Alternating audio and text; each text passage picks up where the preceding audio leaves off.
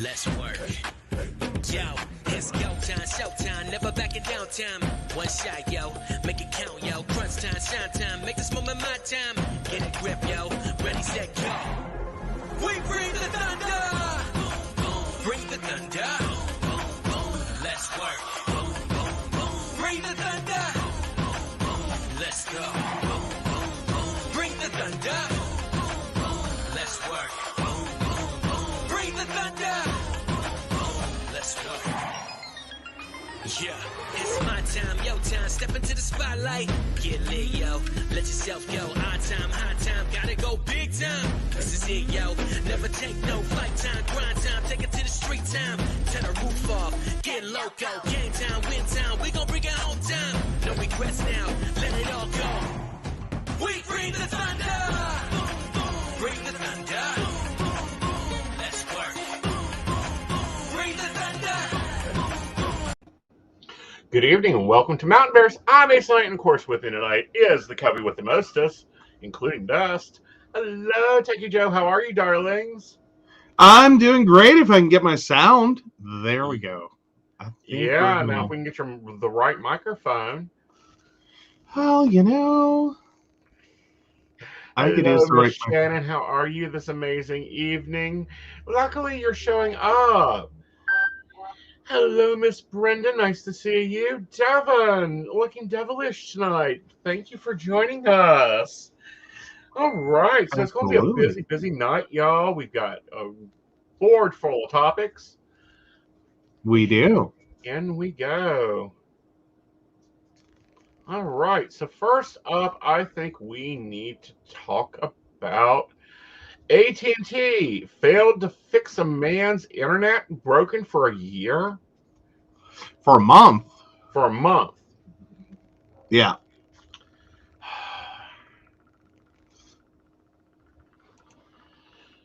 So there we go. Now I have sound in the right place. Awesome. Yay. So apparently in Ohio, our resident John Spook had to go a month without his AT&T fixed wireless internet service because the company repeatedly failed to diagnose and fix the problem. Yeah, it's a weird little situation. Okay. I know we get this with like Suddenlink and everything all the time. I think every internet service provider has that stupid moment. But this was one of those situations that they just literally came out and kept diagnosing the same problem. And playing kick the can all around the building, only to finally have someone come out who knew what they were doing. And realize that this was a satellite-based internet. Right. And it wasn't working. Like, they had to replace the satellite. Or the giant roof antenna situation. Yeah. So, yeah. It was a mess. The company really didn't seem to get it. Right. AT&T was not getting it. And I think it's because they're used to dealing with cell phones, and then it's like, oh, satellite, you have fixed wireless? We don't know what to do with this. Oh, yeah. Yeah. No, they couldn't get it. They kept trying. A lot of people are very mad because Ohio is one of the 18 states where AT&T received $428 million from the Federal Communications Commission per every year for 7 years, starting in 2015, to deploy the service. Right. Yeah. And this is as good as it's going. Well, I think as good as it's going nowhere. We've seen this repeatedly with our Suddenlink providers. Repeatedly, to the point that I actually had to go through the Public Service Commission, Mika, to have them run me a dedicated line for my internet. Well, and then again, also for you, based on the time frame, yeah, it can be a mess. Yeah, across the board, it can be a mess. No matter what you're doing, it's just it can be a mess. And see, the problem is they don't have their own techs anymore. They're all contractors. Well, for most service providers anymore, yes, it's part of their cost-cutting strategy. Unfortunately, the reality is, and I think most of that still has to do with a lot of these companies are union-based. Mm-hmm. But if they subcontract the work, Mm-hmm. then I think it's a union issue. Right. Or more so companies trying to avoid unions and paying union fees or the rate a union worker would get. So yeah, it becomes a very weird situation with those employees, depending upon like what tools they're given by the company. Right. Or how even the company like pays them. Right. We used to run into that with Suddenlink when I was in Princeton. Mm-hmm. Is their contract employees literally got paid per call. Right. So their goal was to hit as many customers as they could, mm-hmm. as quickly as they could, to make as much money per day as they could. Right. And so that basically meant that every time we had a rep, they were there for 15 minutes. Right. 20 at most. Yeah, if the minute they saw this was going to be a giant, massive problem, they didn't know what the issue was, and they would have to send that up to a higher level internal tech who got paid by the hour. Right. Regardless of how long anything took. You and me both got to teach a tech a lesson. I think it was the same tech. I really do. Oh yeah, no, we had one, and this was a corporate employee. And he was special. He had hit the point in which he basically hated working for Suddenlink. He did not want to work for them anymore. He didn't really care. Or at least that's what he espoused, was they didn't pay him enough to do this shit. Direct quote. Like, stood in the middle of my living room. Yes. And said, they don't pay me enough to do this shit. Yes, Heather, he does during the show. If you want to post your date of birth and your question, we will get to that. Please make sure it's a specific question, not a general reading. He does not do those for free on the show. You can contact him on network or anywhere through his website to set up an appointment for that and have fun. Yep. But no, he was determined. Like, he checked Signal. Signal said it was okay, and he's like out of there. So after he pulled that whole stunt, they called. And, of course, did the automated phone call. Was, how was your service experience? And I blasted. And so got an immediate call back from customer service about, okay, what's going on? Like, we noticed you said your problem wasn't full date of birth, month, day, and year. We noticed your answers. Oh, okay, sorry. But yeah, so we noticed you weren't satisfied and your issue wasn't resolved from, our automated call. What's going on? And I told them, and they freaked. So next thing I know, I'm getting a call from a regional manager for Suddenlink who said, I'm leaving Beckley now. I'll be there in 45 minutes. Right. And he just got out of the car or out of his truck and started snapping photos while the rep they had previously sent, the technician they had previously sent, was to meet him there. And he just started dragging the guy from like the minute his truck door opened. And so what eventually ended up happening was we ended up with all new line from the pole down. Right. And he literally, like, the regional manager was awesome. Yeah. Like, yeah, he was like, because the whole issue that the guy was having, that the tech was having, our house was a crawl space, and he knew there were wiring issues that needed to be corrected. And he was like, not happening. That was his whole, they don't pay me enough to do this shit. Right. And I'm sitting here going, look, I don't like going down there either.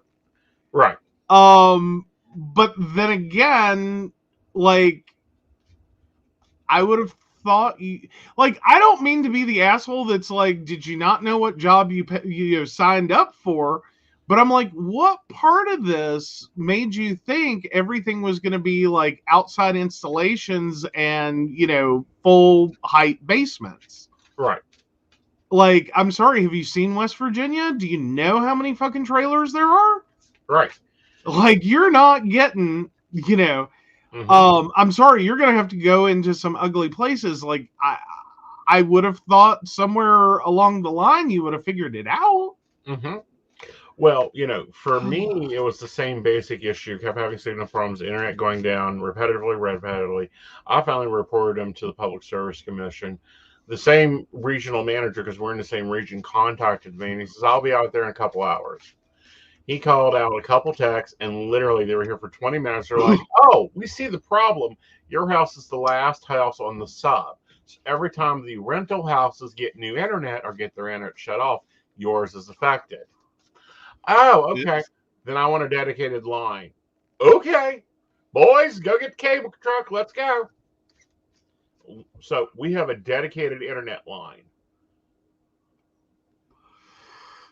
Yeah. Yeah. Life is good. Life is good. But no, we actually do. We have really good internet here. We honestly, other than when we're like do something dumb and forget to pay the bill, like our internet's pretty much fine. Yeah. It's rare. It's really rare. Like some really like screwed up things have to happen for us to be without internet. Right. Because I think we're effectively at like business class service without like paying business class rate. I don't know. We'll debate that business class rate because I'm actually paying probably $30 more for business class. Well, true. True.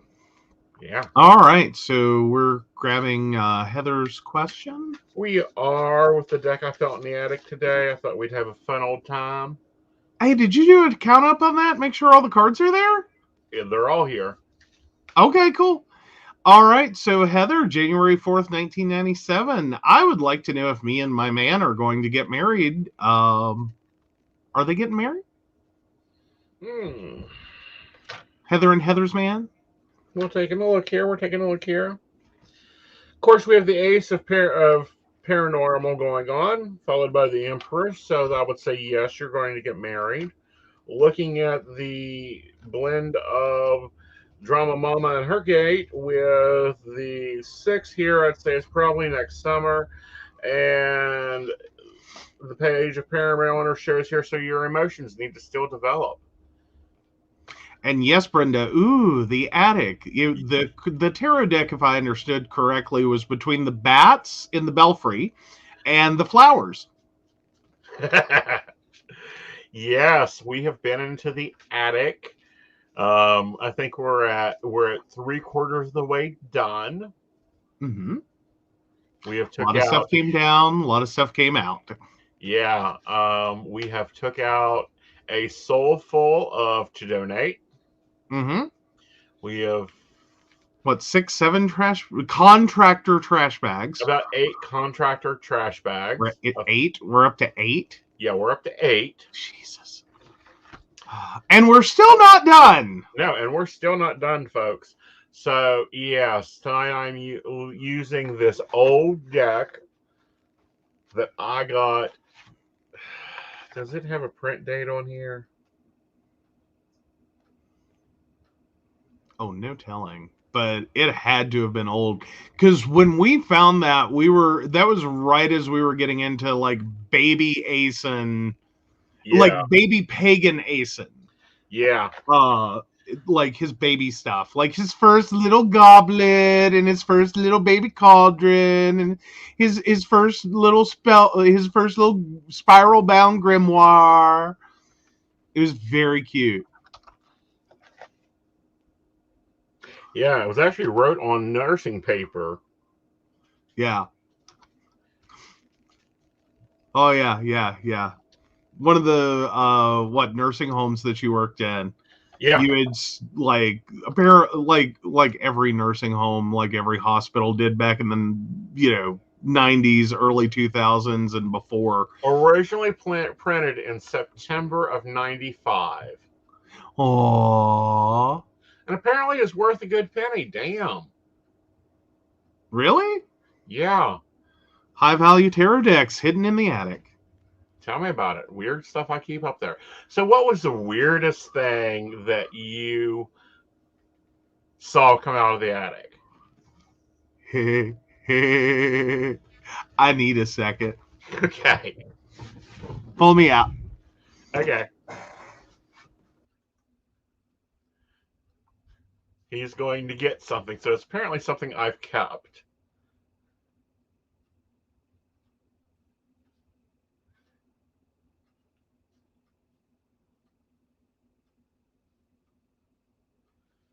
All right. Adding him back.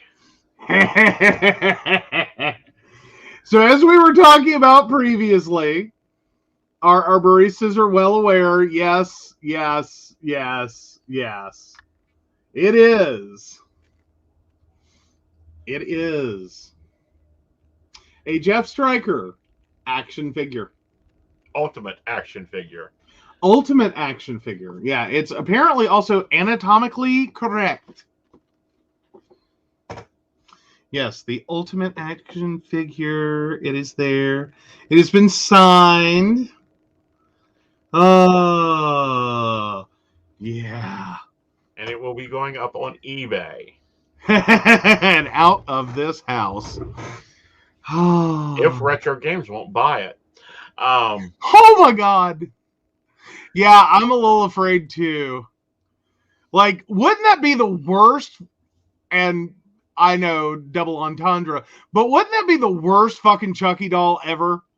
Okay, excluding that, because you knew that was up there. What was the weirdest thing you saw come out of the attic?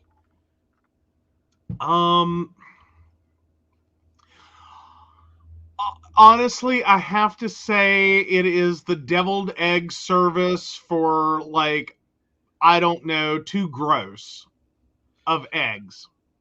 Yeah. Like, dear sweet Jesus, the amount of deviled egg holders. Yeah. We had Like, enough. it's insane. It was insane. Like, this was not normal.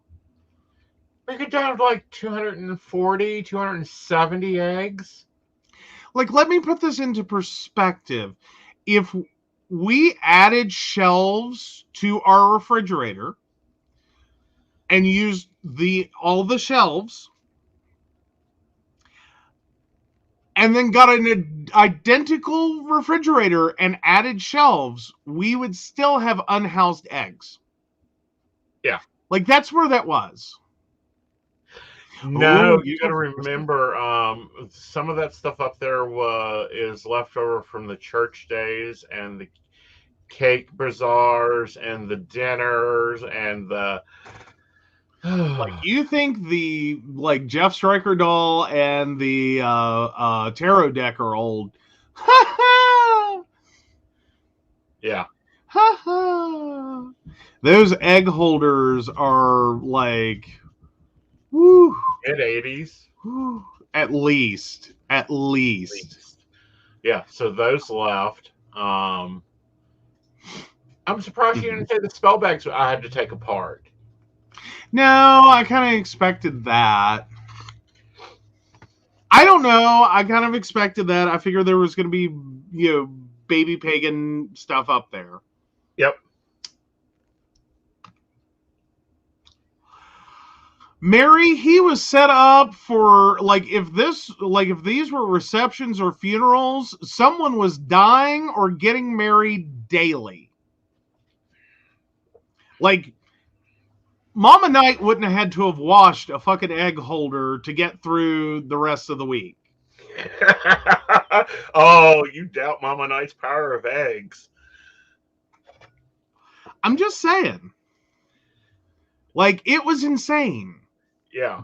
Like There they're were 10 like cake pans up there. oh yeah, cake pans galore, party veggie trays. Hmm. Oh, it was like it was like a little treasure trove of entertaining. Yeah. And then that doesn't even count all the white porcelain. Oh no, the white porcelain. No, that was Yeah.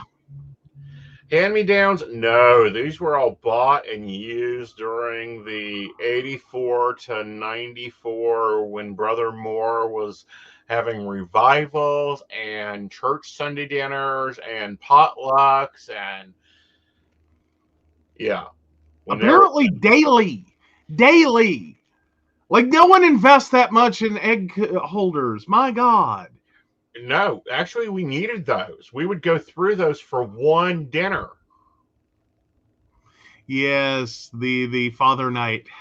Yeah. Yeah. Like we would go, like everything you saw me bring down, we'd go through in a Sunday. Yeah. Like, and I know that, but still, I'm like, good God. Like, it's a lot. Yeah, it's a West Virginia staple. And, like, we have this comment. See, in my family, when we ran out of deviled eggs, we just beat the ass of whoever killed them.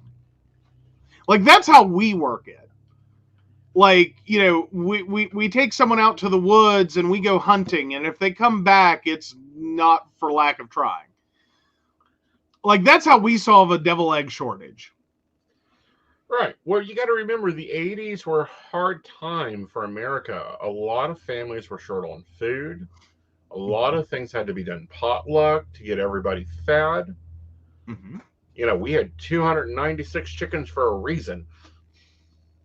There you go. But yeah, no, it was nuts. Mm-hmm. It was very nuts. But no, like the rest of the stuff, I kind of expected. Okay. Like we had altars for days. Oh yeah. He just started handing down totes of altars. Yeah. Like literally the whole tote says altar. And it's like altar, and there's like an age progression, like baby knight to like juvenile knight to yeah, high priest knight, and it's like I don't need any of these. Just take out the candles. Anything I need to break up, set it to the side, separate it out, and clean it out. So all you young pagans that want vintage stuff, hit Goodwill next week. Basically. Oh, what did you find that you had forgotten about that surprised you? Gods.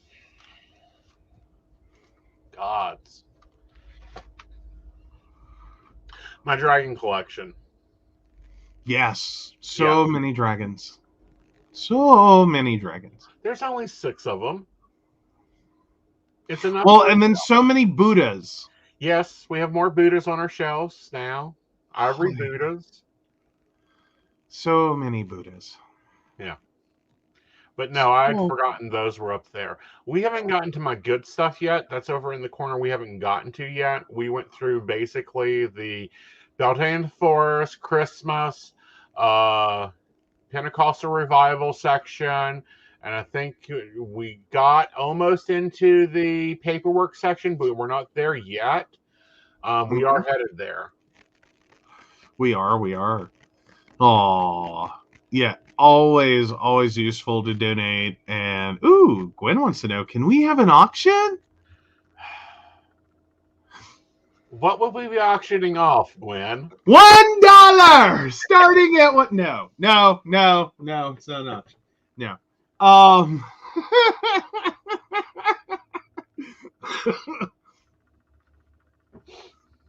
I can just call him my buddy though. No. Uh-huh. Are you talking about all the altar stuff? Gwen, if you can get here before tomorrow and I go to Goodwill, you're free at it. Oh, there you go. Yeah, he's actually already looked that up the other night. And let's see. Where is eBay with that right now? eBay. No, I don't want the app for my phone. Thank you. No. God, eBay, get your shit together. Oh, come on.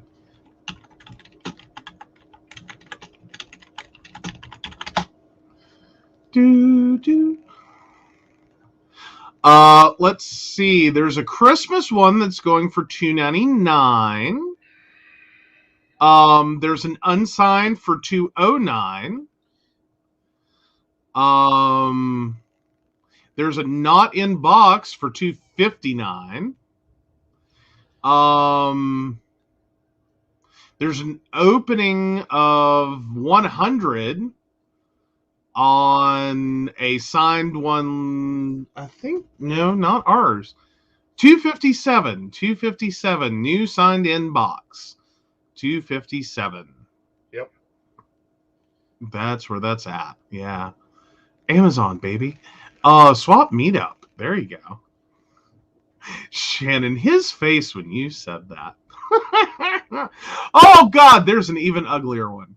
Yes. Sorry, I scrolled too much. Okay, getting off the eBay. Like, there's scary shit. Apparently, there was one that came fully naked. Okay. Yeah. Like, accentuating the, Obvious. well, yeah. But no, so there's still more altar stuff up there. I know this for a fact. So I don't know. I may save some stuff for Gwen to come get. Yes, Devin, that.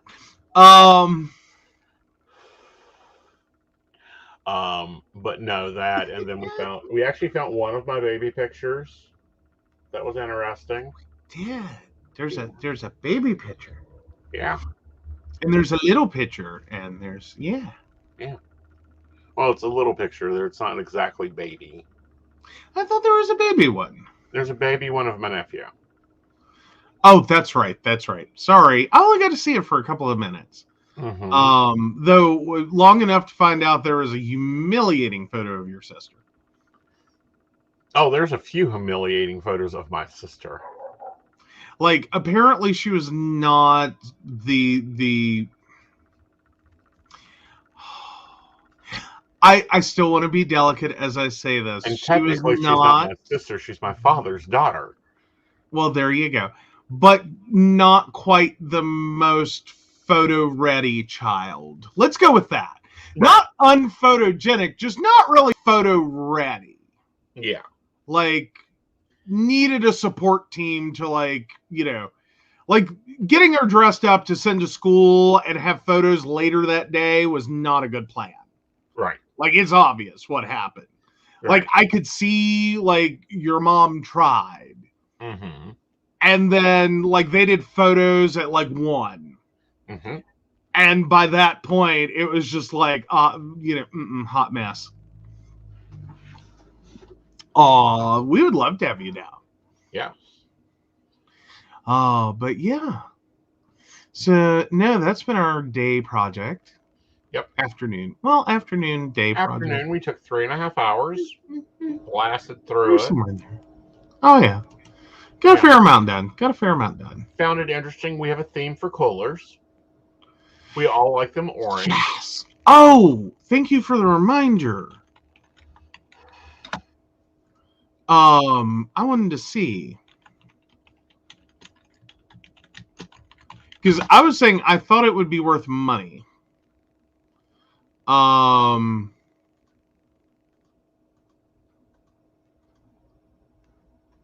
Well, maybe not as much as I thought.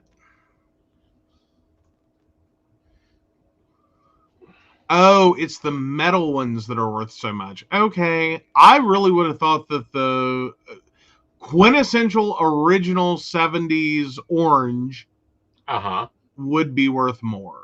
So I can use it for pickle dipping? Yeah. Awesome. All right, let's swipe.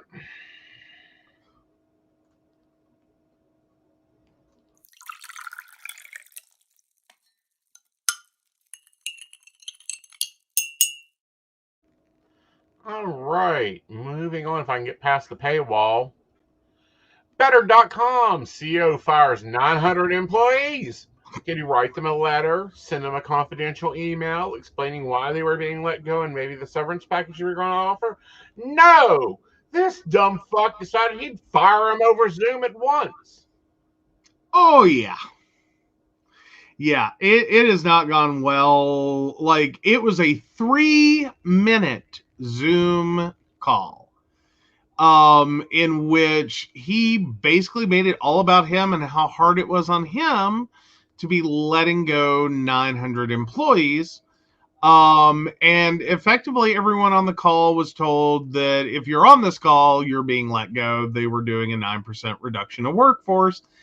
So this on the heels of Christmas, made even worse, with employees that were retained by Better.com. He went into bashing the 900 that he had fired, as at least 250 of them were, working 2 hours and getting paid for 8 in payroll. Right. To quote him, that basically they were stealing from the company and from other employees, by not working hard enough, well enough, good enough. Right. This is his quote. His quote. He wrote to them: "You are too damn slow. You are a bunch of dumb dolphins. So stop it, stop it, stop it right now. You are embarrassing me." Yeah, that was his last controversy. He sent that one through company email. No one appreciated that one. But there is a bright spot in the story, in light of all of this. And it comes on the hill of on the heels of they just got a $750 million cash infusion. Mm-hmm. So there's that. But no, the bright spot in this one was he has been put on vacation. Not by choice. He has been sent on an indefinite vacation. Basically, reading between the lines, the board got together and told him to go get his shit together. Right. And figure out what your problem is and fix that quickly. Yep. Yeah.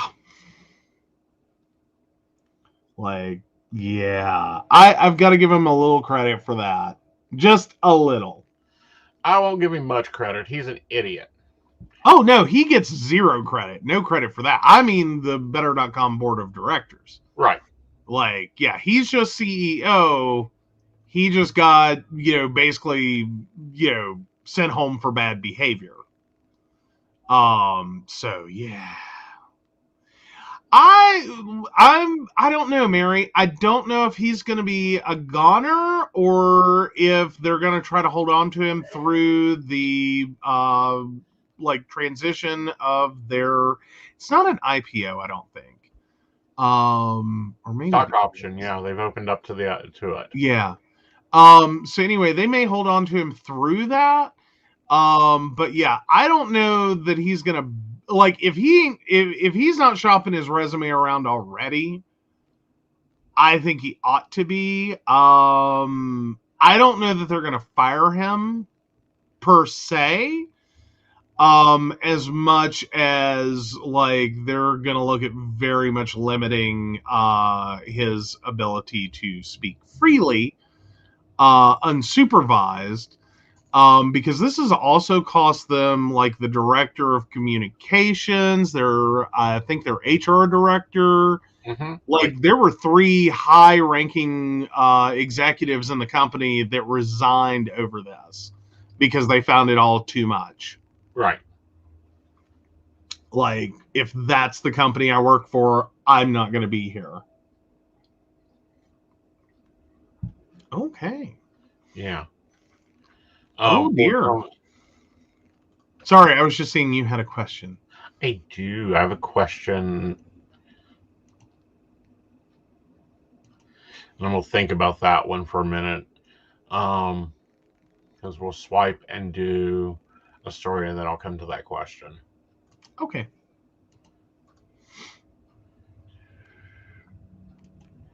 If I can find them.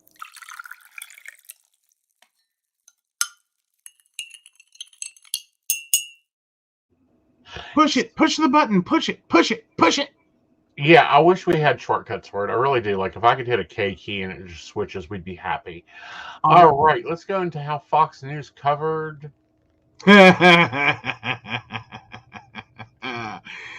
Oh, Fox News in 36 hours spent covering its own Christmas tree fire. Quote, "We will not be defeated. It's a fucking Christmas tree." So, in interestingly weird, crazy news, Fox News has had a 50-foot tall Christmas tree outside Fox News's Manhattan headquarters, and it appears it was set on fire. There's a little confusion there. We're assuming that's what happened.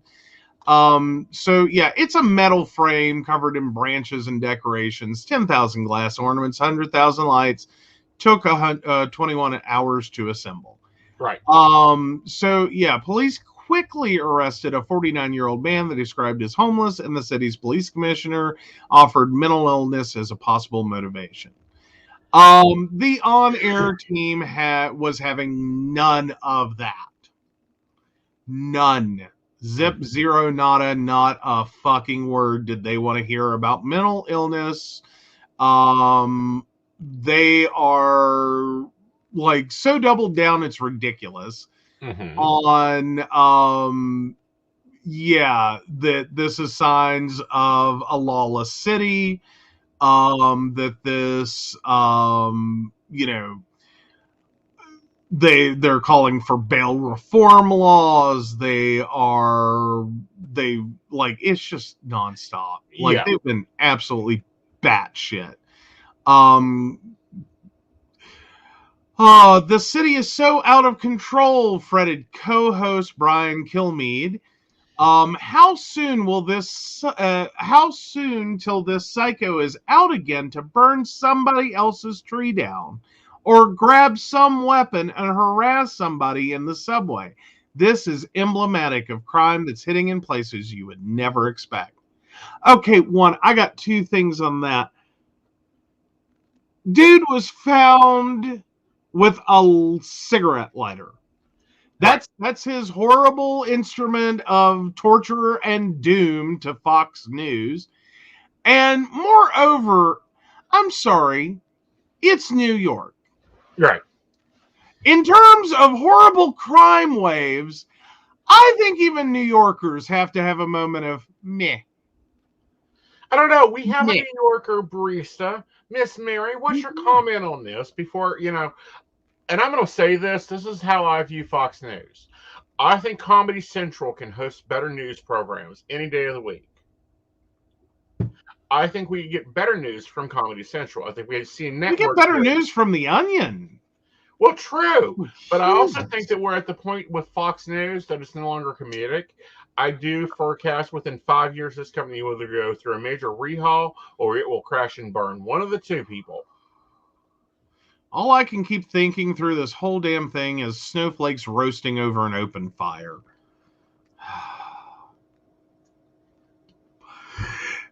Devin gets better news from us. Thank you. Thank you, Devin. We should make that our slogan. We're better news than Fox.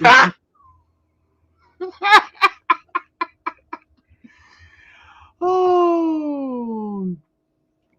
Mary says, agreed. The Christmas tree sponsored by Fox News is on the west side. Lots of weird violence there. So unsurprising.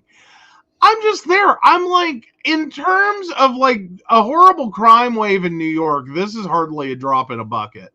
Let alone anywhere else this were to happen, it's hardly even a crime wave. It's not like, a crime wave. It's either an act of violence, of vandalism. Protest. Vandalism. Or wiring problem. or an accident. Exactly. I mean, it is New York. New York has a long-standing problem with homelessness, as does much of America, like literally every city in America. A lot of that is co-connected with mental health and lack of treatment. Not saying that's exactly this guy's situation, but the two often go hand in hand. And you know, fucking A, what was that? I'm trying to remember the exact date all of that crap went down. So yeah, that was yesterday, the 9th. What was it in New York yesterday? Hey, Mary, how cold was it in New York yesterday? Don't abuse her. I use her all the time. I love having a correspondent barista in New York. She can run my. She literally does a lot It was of like our 39. Yeah, it was like 39. Let's see. Just making sure. Yeah, it was in the 30s. The whole day was in the 30s. Oh, it was 46 midday. Okay. Yeah. Yeah. Oh. Yeah. No. It's so much bullshit. Like, it's Fox News, play the victim. Like, the only fucking, snowflakes that we have to worry about are fucking Republicans and news stations for them. Like, Jesus. Like, if nothing else, like, there's a lot of people calling that, it's Christmas. Cut the dude some slack. Like, better story would have been Fox News, after suffering devastating Christmas tree fire, pleads with officers not to arrest or press charges. That would have been a story. Like, milk the motherfucking hell out of that. Get the homeless guy on the show. Get Dr. Phil in. Someone. Fucking use Geraldo. What the hell? And just do. Yeah, he's still there. Right. But no, I'm like, and furthermore, it's a 50-foot steel cage. At least be as good as Rockefeller and get a good tree driven down by train from Connecticut like the rest of good New York. Yeah. Well, because I was looking, and it also points out, I think it was, I'm trying to look and see what the property damage was estimated at. I mean, it's not cheap. It, like, a 50-foot tree is not cheap. Granted, you put a 50-foot tree on the streets of New York, I mean, it's a pretty display. I'm sure you've gotten a few years out of it. Darn it, I'm not seeing it. They didn't release property damage. I'm gonna say 2,000. Oh, it was in another story I read, though. There were a few different ones. Yeah, it's now like a trending thing. Right. So yeah, it was a. Oh, see. $500,000. Like, I'm pretty sure they spent more trying to keep, fucking their entire talent lineup on air. Right. I mean, individual payoffs. Yeah. Because God knows, Glenn Beck. Can we just, yeah. Fucking, what's his dumbass? Sandy Hook related, cannot get his name out of my mouth. And I'm going to feature this because this is so perfect commentary. Oh, Rockefeller. I am having trouble tonight. Rockefeller Center's tree is always nice, tall, and stately, but 50 feet is small taters compared to its Rockefeller Center Christmas tree. Yeah. Yeah. So, meh.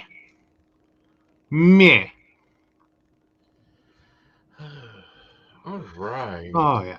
No, I have many critics. Yeah. Well, Fox News, more importantly. Yeah, I have many critiques for Fox News. Well, I have an idea for Fox News. Why don't we change the station? Like, I think if we stop giving them ratings, the only place they're getting played at is doctors' offices, and we inform the doctors' offices to change the channel, or we're finding new doctors, we might get them off the air. And half the misinformation in this country will stop occurring. I'm just waiting for the class action lawsuit against Fox News as a continuous hate crime since the day it went on air. That would be amazing. Like, I think the entire LGBT community gets to sign on to that lawsuit. Yes. Like, plus every woman on planet Earth, every person of color, basically anyone who is not a heterosexual cis white male should be part of the settlement for that lawsuit. Mm-hmm. And I think even for the, like, I think they should have to sponsor training. Yes. Or like, you know, therapy and support services for the heterosexual white males that watch the network. Yes. That would be the lawsuit I want. Deprogramming. Yes. Yes. Yes. All right. Like so decades of therapy. Yes. 10-12 is the main question we're going after. Then we'll swipe, do a story, and take the next question. All right. Okay, and this is for Ashley, 9/27/1988. If you can figure out where the $600 is because it was not in the closet, purse, or backpack. Take a look at it. Has it moved? It hasn't moved. It's in a bag. Like, I call it a backpack. It's a shoulder bag, tote thingy. And I feel like it is still near a closet by like a front door. I almost wanted to say it's like one of those kids' bags that you pack everything in for the kid. Are you talking like a diaper bag? Yeah, but it's more than diapers. It's the change of clothes. It's this, that, and another. Oh, it's like the mommy go bag. Yeah. Like. And it's in an envelope and it's in there. In the house. In the house. In the house. Near an entry or exit way door.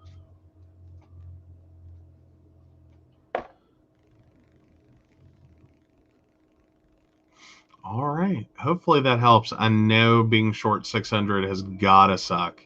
Yep. Oh. Okay. Let's swipe.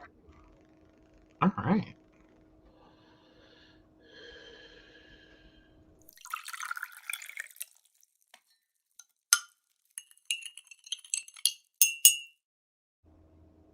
You know, we give pastors a lot of shit. I give pastors a lot of shit in the gay community. I still give pastors a lot of shit in the pagan community. Most of them deserve it. However, this one does not.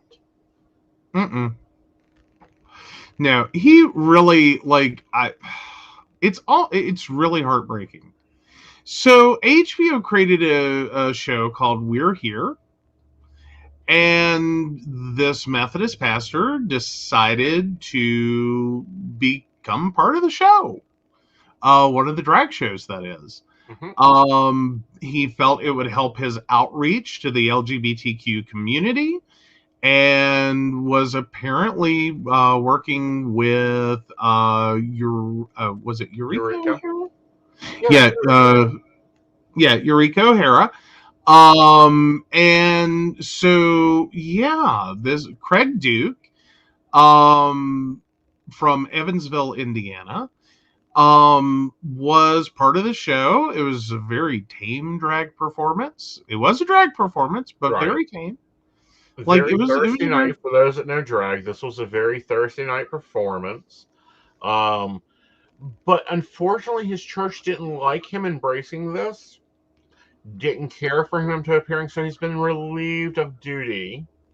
Yeah, well, and that is more so the church kind of has split down the middle with just a little more. Like it's like 51-49 is what it sounds like. Right. And so they have relieved him of his appointment. That is not to say he has been fired, technically. Methodist ministers are appointed. Mm-hmm. Their appointments can be rescinded. It doesn't mean he is no longer part of Methodist ministry, but it means he currently has nowhere to go. Right. Yeah. Yep, clergy cross-dressed. That's the whole big deal. Like, that's it. Well, one time. He performed in drag. He didn't Mhm. cross-dress. There's a difference. I'm sorry. Fair point. Cross-dressing is when you either have a sexual desire or a sexual nature for it. Drag performing is performing. Well, yes. What I find more heartwarming in this story is they set up a GoFundMe for him because, of course, with him being relieved from appointment, he's not being paid by the church. Oh, no. He can't take another job, but he's not being paid. That's common bullshit. Yeah. Basically, it sounds like they're trying to force him to quit. Right. Because there's literally only so long you can generally go in that kind of netherworld. Right. So yeah, let's see where that GoFundMe is at right now. Closed. Oh, has it? Yes. No. Yes, it has been. Oh, they have disabled donations after $58,631 of 30,000 saw it. Right. And they have done that in a mere matter of days. Right. Like the last donation was 2 days ago. Mm-hmm. So that backs it up to the 8th. And it looks like I'm trying to see when the first donations were. Created November 29th. So in 9 days? 10 9 days? Yeah. All right. So, and he posted a message, and I thought I'd read this to you.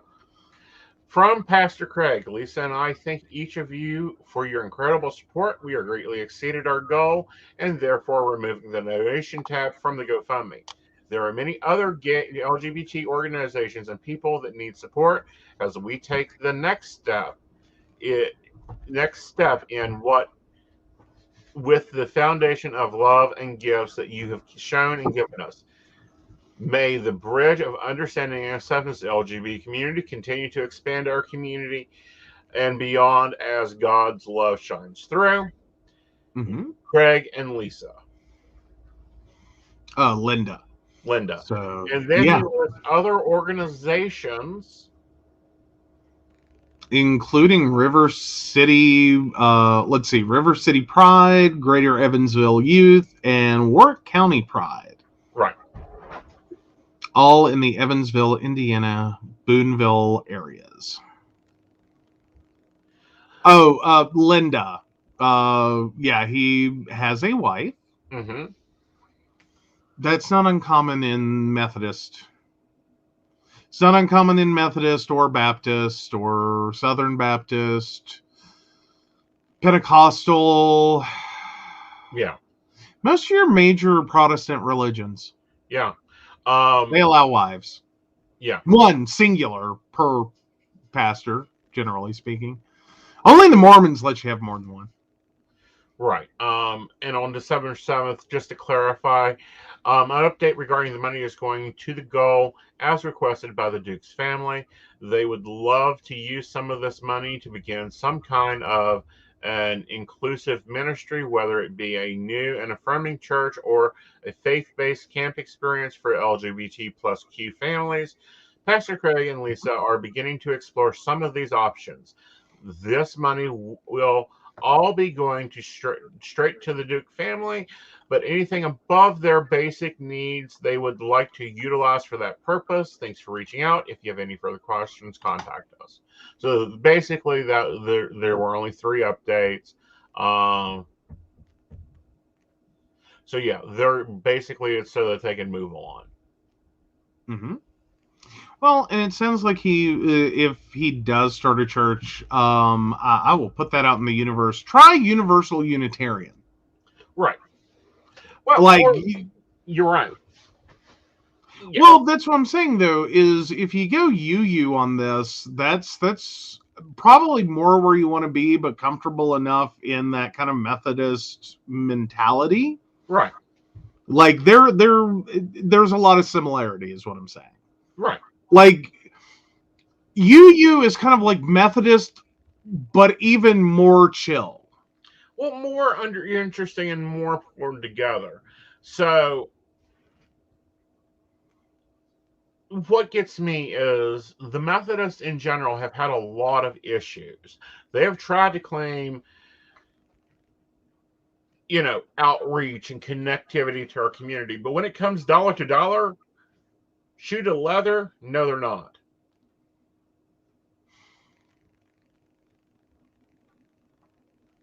There is that. But no, the whole situation there was just sad. Yeah, it's just Like, terribly sad. yeah, I mean, like he was like he really did a good thing, and he did it well, and he took it seriously, Yeah, and and he done very well. I mean, the performance is on YouTube. He done very well. You can watch it on HBO Mhm. Max. But no, it's Eureka, Bob the Drag Queen, and another one. They go in, and this is showing, the performance style of drag, their performance style of drag, and building off of it. Shangela, Shandola. Shangela. Shandola. Sorry, you see how much I watch. It's like Shandola. Yeah. But sorry, I don't know. I think it's a good concept. I think it's a really good concept. But yeah, it's just yeah. So this was so basically the premise of the show is they go around the country finding different I'm assuming small towns or small areas with a uh decent thriving gay community, LGBTQ community. Well, it's with a Like, LGBT community, but bringing people in that aren't normally connected with things. cool. Yeah. I'd say that's gonna get interesting for the rest of the rest of the show. So yeah, but alrighty. Okay. Well, apparently my phone finally detected we were on air. Wow, good job. Yeah. I'm like, what is blowing up? And it's like, oh no, it's just us. Dun, dun, All dun, right. So I dun. have another question here. Okay. All right, from Mary. No, 10:20 is the time mark. 6. No, 10:20. I'm trying to get there. Oh, there we go. All right, and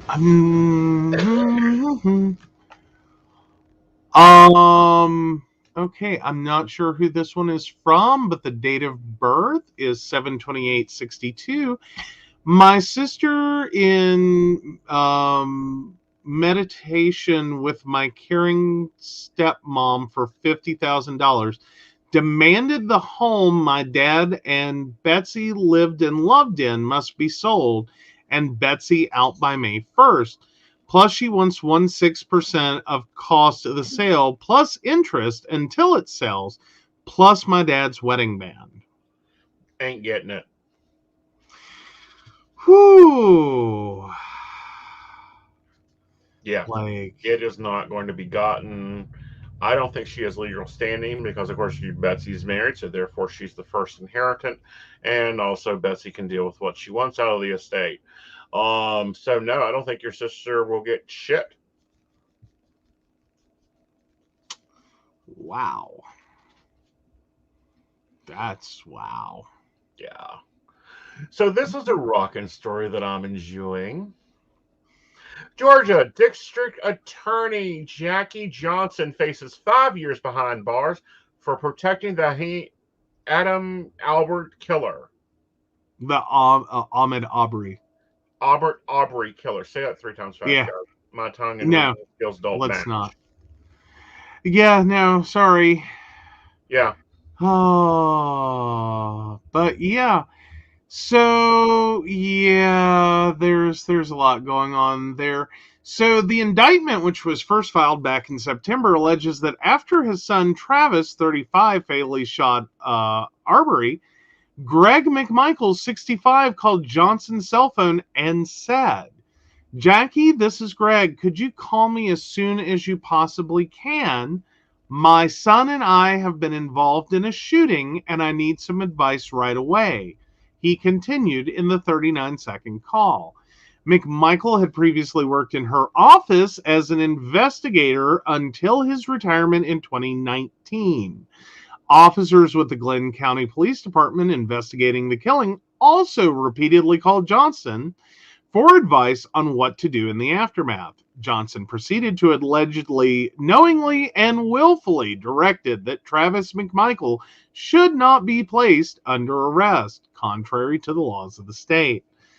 Furthermore, the indictment claims Johnson violated her oath of office by showing favor and affection to Greg McMichael during the investigation into the shooting death of Ahmed Aubrey. If convicted by a jury, Johnson faces 5 years in prison. And that is from apparently Mama's Uncut. Yeah, from December 5th. Ooh, so yeah. Yeah. So, good. There's another really good victory this week. Josh Duggar is going to jail for at least 5 years, preferably 40. One could hope, Like, I'm just surprised, and still everyone seems to be behind him. Or close enough. You know what I mean? Mm-hmm. Like, close enough. Can we put them all in jail? Like, that weird family then themselves should go to jail. Oh, yeah. Like, there's a lot of things wrong in that whole situation. I mean, but not for the absolute horror of everything that he has actually done. Right.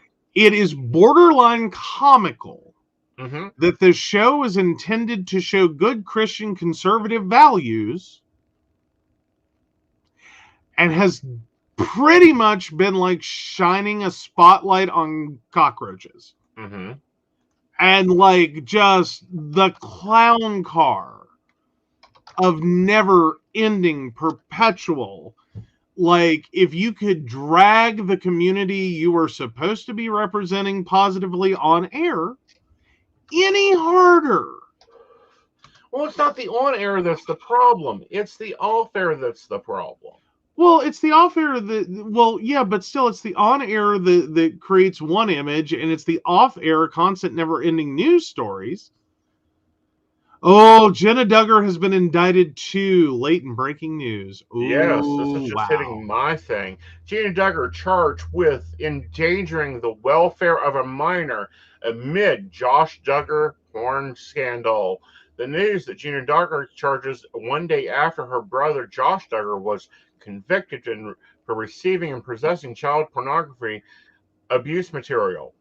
Jenna Duggar has been charged with endangering the welfare of a minor, according to the Washington County Court documents obtained by People. 19 kids and counting.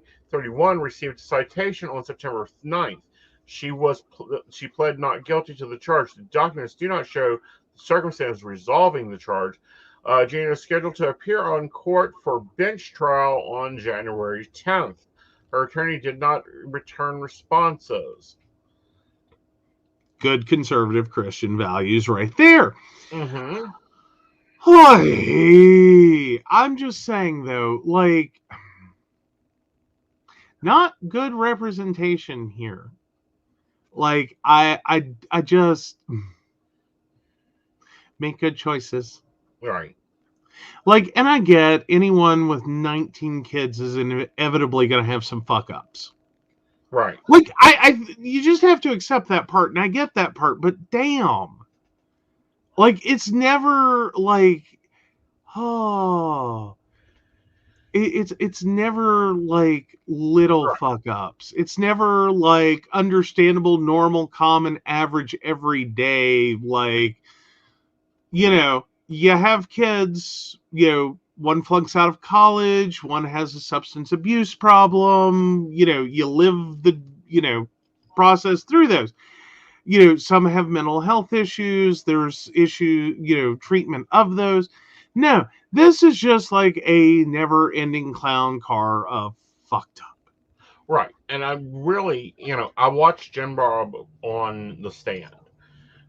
And we all know, and it was even talked about in the show, that there was an incident with Josh and the sisters Mm-hmm.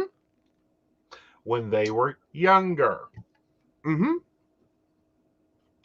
I Like, can't he's remember gotten that. away with a lot for a very I long don't time. remember that. I don't remember that. I can't remember. I don't recall. Was all, and Mm-hmm. that's after they finally got him served. He tried to avoid appearing, but yet this man is running for state senate. Mm-hmm. It And then there burned was him that off. whole. Then there was the whole porn star allegations. Mm-hmm. Then like, it's just never ending. Right. And it's like, dude, like, and this isn't like, I had sex with him for money. I was an escort. He received a lap dance. We had sexual intercourse. No, it is a detailed story of some very fucked up rape. Mm-hmm. Like, it is a very fucked up story.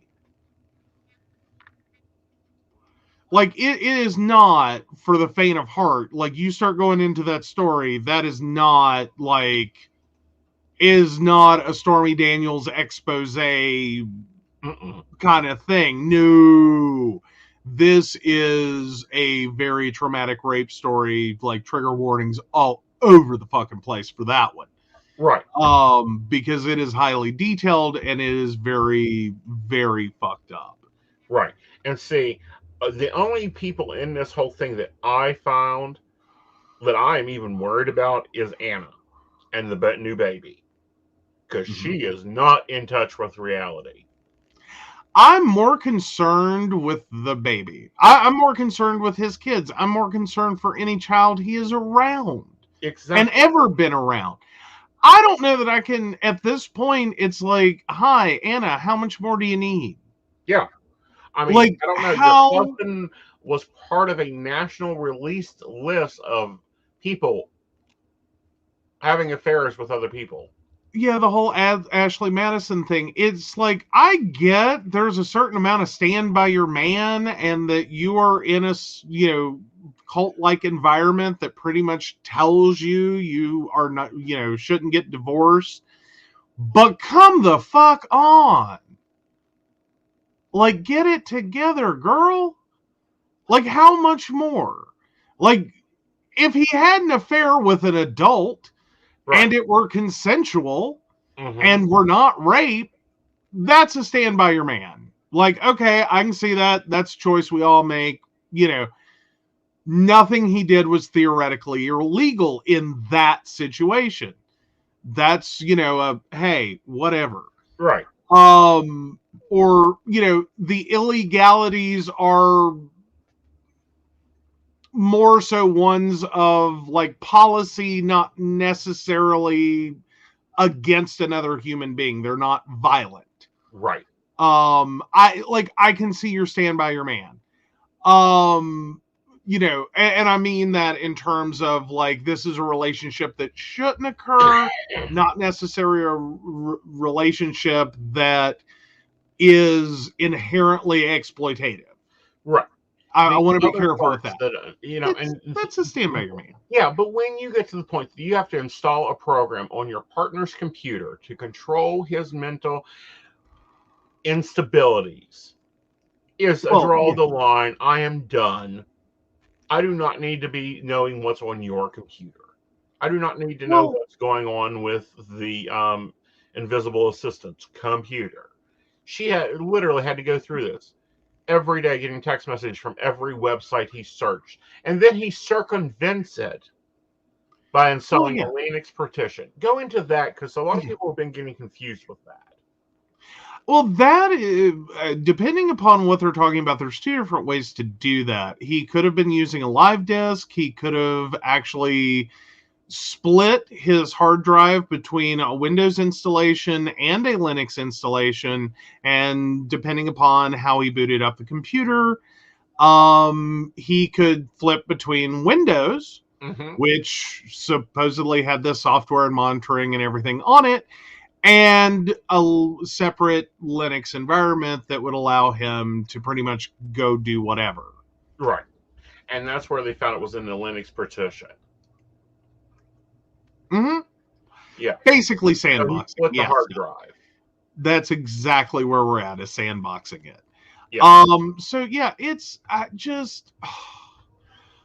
But no, I'm just sitting here going, you found out your husband, let's see, and I may be getting the timeline wrong, so let's just pretend for a second.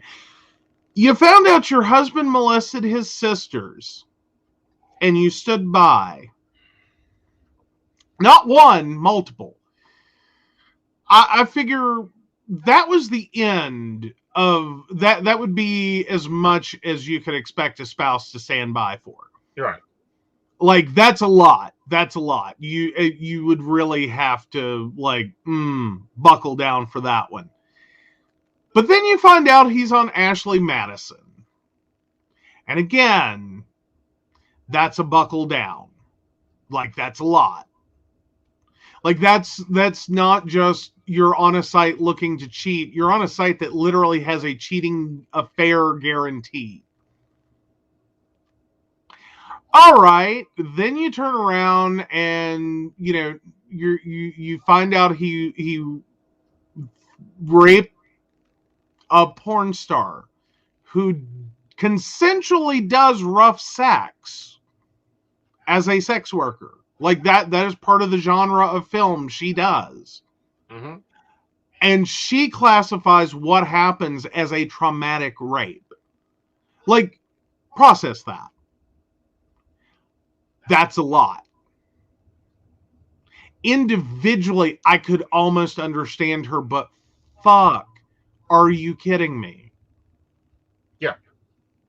Cut your losses and run. Just cut your losses and run. This is beyond anything anyone should ever be asked to do. Like, this is so beyond. Right.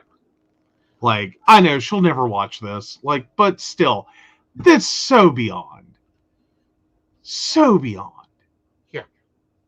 Like, no, I'm sorry. Like, some people are damaged goods and there's no fixing them. And at this point, help starts with admitting you have a problem. And what we've repeatedly seen is a lot of not admitting he has a problem. Even after this conviction, they are still looking to appeal.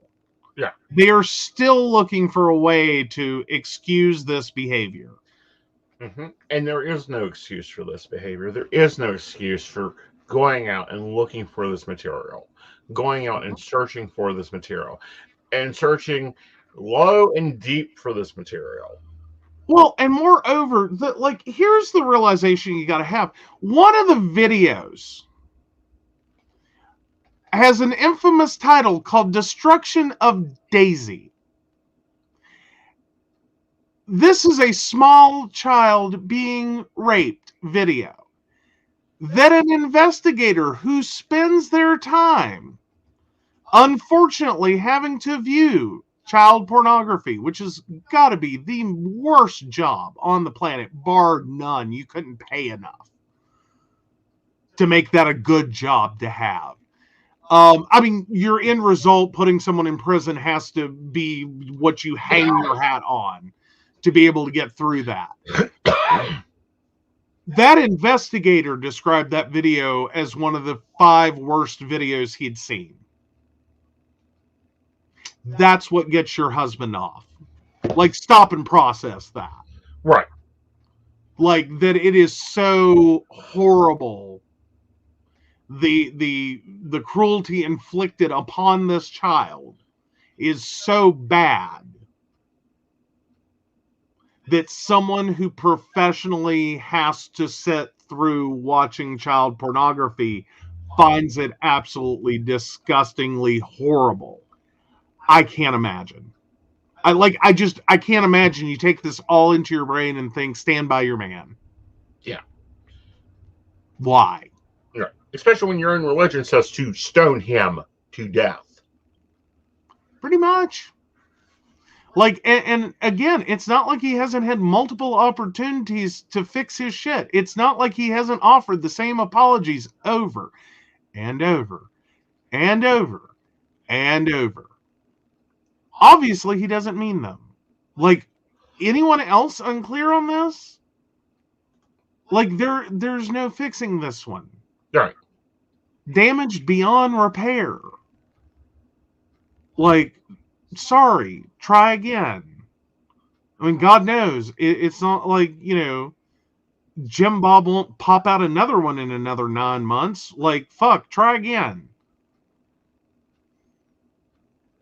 Like, wait 18 years, you'll get a decent husband. Maybe, I don't know. Like, if you want to go all biblical marriage, I'm sure there's a free and available brother soon. Well, there's a few and available brothers. But again, no. Oh, Mary, good question. How could the Duggar parents not realize Josh was abnormal? I think that is kind of pretty much asking, like... Well, let's take a look at their statement, okay? Oh, yeah. Jim Bob and Michelle Duggar share a statement about their son's conviction over child pornography charges. Was found guilty. We all know this. The entire ordeal has been just grievous, the statement reads. Today, God's grace through the love and prayers of so many has sustained us. Our hearts and prayers are with anyone who has ever been harmed by C-spam. They couldn't even spell it out. They call it C-spam. In the days ahead, we will do all we can to surround our daughter-in-law Anna and their children with love and support. As parents, we will never stop praying for Josh and loving him as we do all our children. In each of the life circumstances, we place our trust in God. He is our source of strength and refuge. Thank you for your prayers. Any good Christian's only prayer for Josh Duggar is that God decides to use his wrath on him as soon as possible.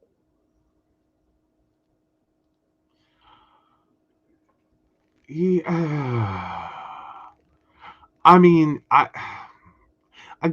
get he's your kid, and to some degree, the person most in denial about the criminality of a child is always going to be mama.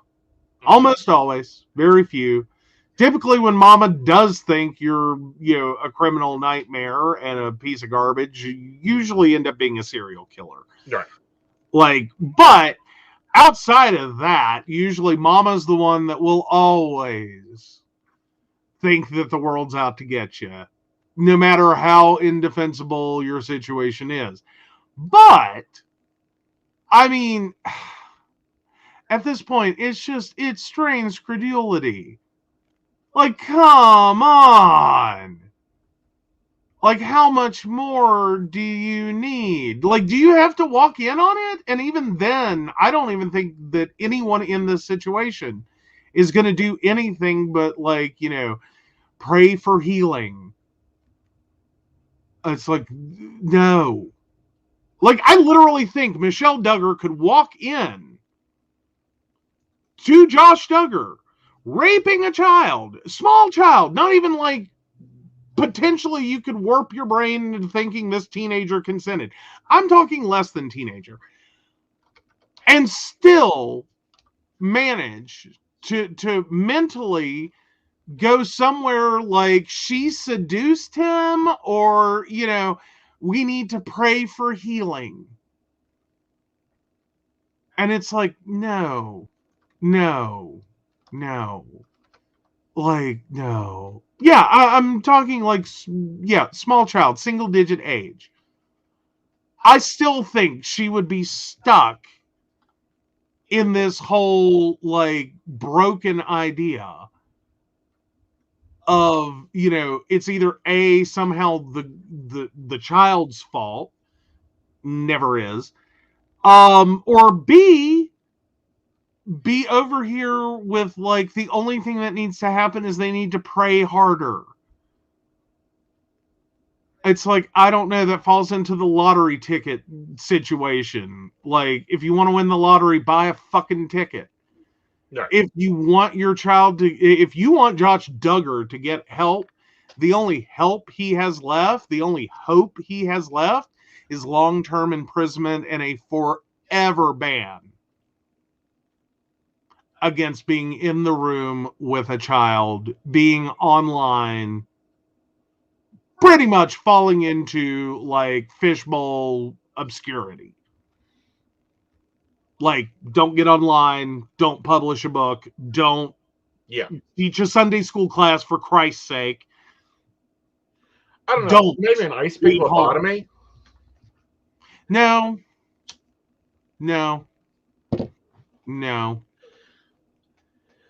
Yeah, I see this as, like, not even long-term imprisonment, just permanent psychiatric treatment. Mm-hmm. Like, I don't want the opportunity that he goes to prison and someone kills him, is where I'm at. I'm talking indefinite commitment. When he's 85 on a walker, you could move him 300 miles outside of anyone, and I would still have issues. Right. Like, I just don't think there's fixing him. There isn't. Because he doesn't see himself as broken. His family doesn't see him as broken. He is getting none of the reinforcement he needs to understand he is broken. He's just being given one out after another. Mm-hmm. Like, and, pray to God for forgiveness. He forgives you, so the world needs to move on. No. Like, no, that's not... I mean, it is technically that's how Christianity works. Like, hi, that's the thing, right? Like, if you haven't figured it out, that's the thing. Like, you can be a total shithead, like Hitler in a ditch, covered in petrol, right before the match lights, could conceivably end up in heaven. That's where your Christianity is. He just has to heartfelt ask for forgiveness before the match hits him. Yeah. Which is insane. And all right, let's take a swipe, and then I think we'll cover some lighter news. Yes, please.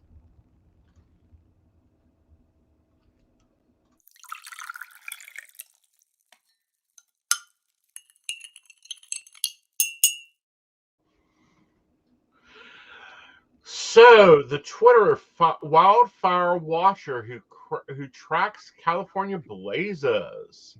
Mm-hmm. This was an interesting lead-in story. The title is Survivor Skills. So everyone is well aware of the horrid. Go away! I don't want to. Thank you to take me back. You don't want your ad either. And using reputable news sources. Yes. Oy. All right. So we can sub-read this around their firebox. When fires are initiated, the race begins to alert the state's residents of the path of destruction. One of the leading voices lives on the other side of the world. Standing on her back porch and peering through the gapes of trees out across a canyon, Lisa Johnson can see a pitch of red light. Night sky above is glowing an intensive orange. A few miles away, hills blaze. Massive flames engulf and defense exposing pines, firs, and dearly low cedars. In August of 2021, in the middle of California fire season, Johnson is looking out at the canyon fire, which is over 2 months, will go on, burning almost 221,838 acres and prompts evictions of the resort town South Tahoe. But in the Royal, i.e., Dakota County, 40 miles east of San Diego, she's gotten an evacuation order.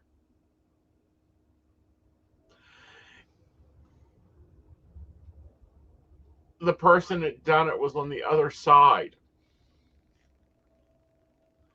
of the world. Okay. If I can get to the rest of the article.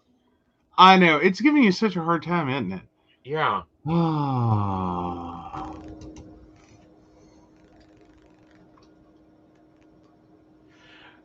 So basically, this Twitter person sets their watch's live camera in their apartment on the other side of the world and is tweeting out about this.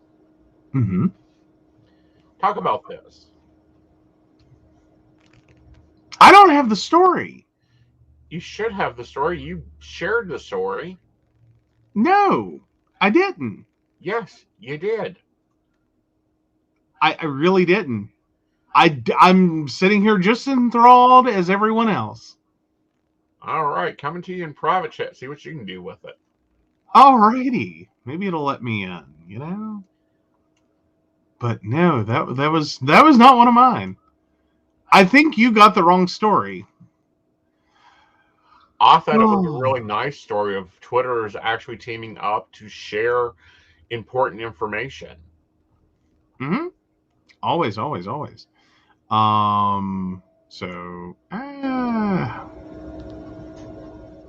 what?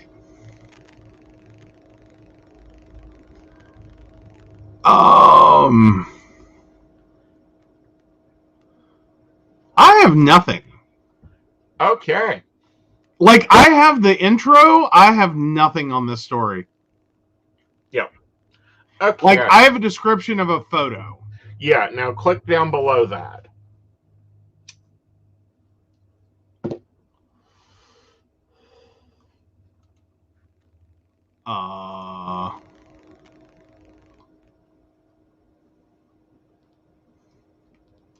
It is still not wanting to, because this is,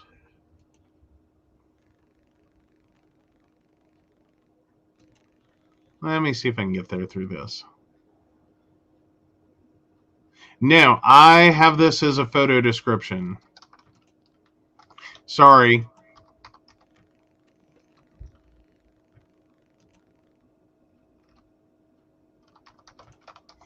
Okay. But no, that was not the story I meant to send. I did send one from Wired. Okay. And it is actually, let me resend that to you. Because it is a weird little story. Oh, and I've got to type in my email address just to get there. And it's a long read. It is a very good read.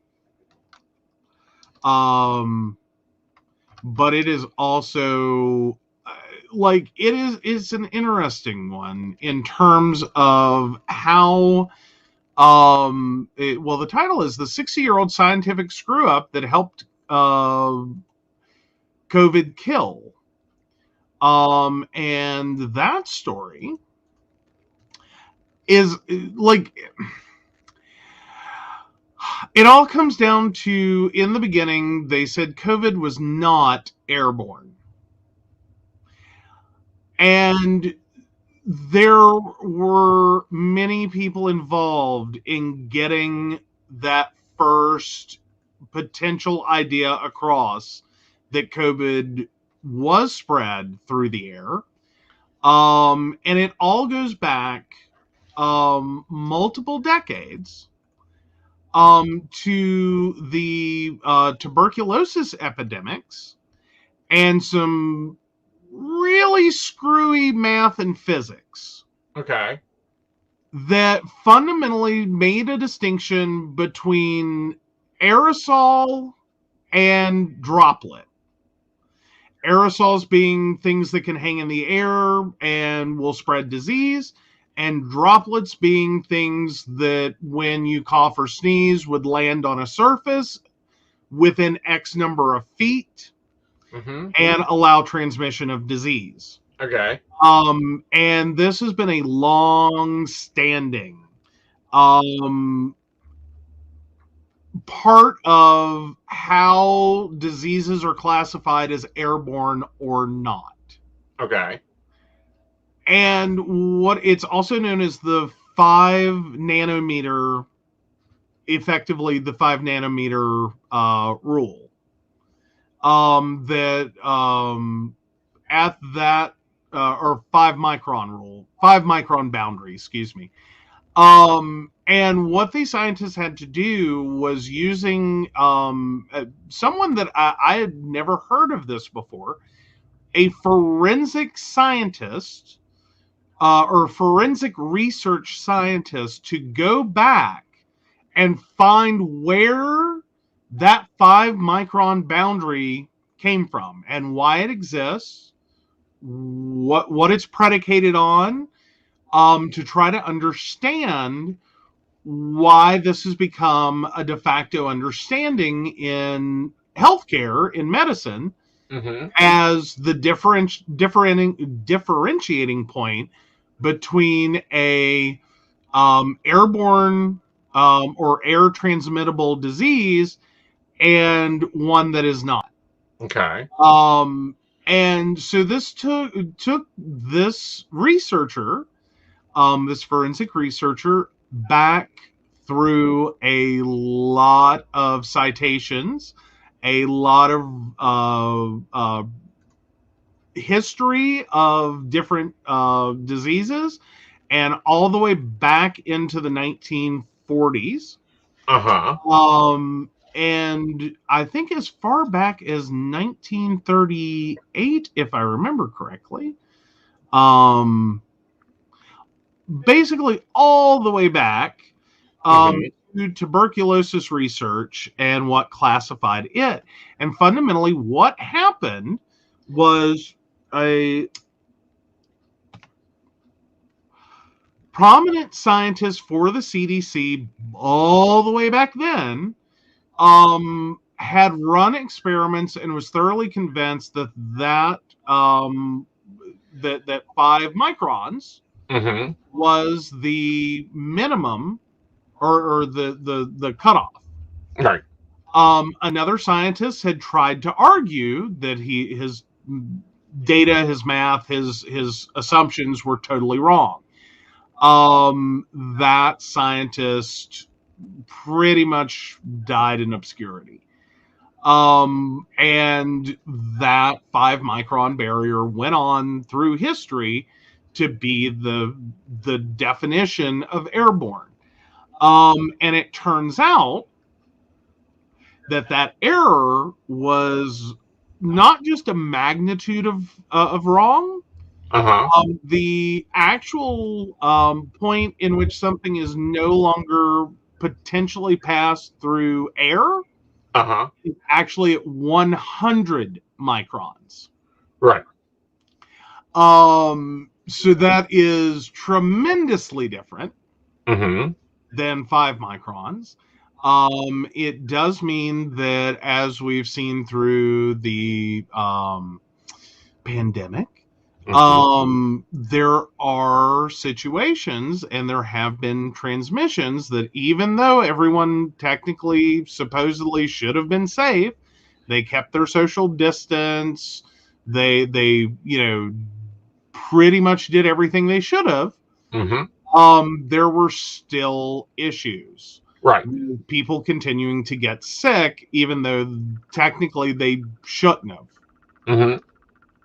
This was it also became interesting that two of the scientists involved in this actually persuaded different facilities, one a college campus and one a local gym, to spend pretty much all of their resources on UV filtering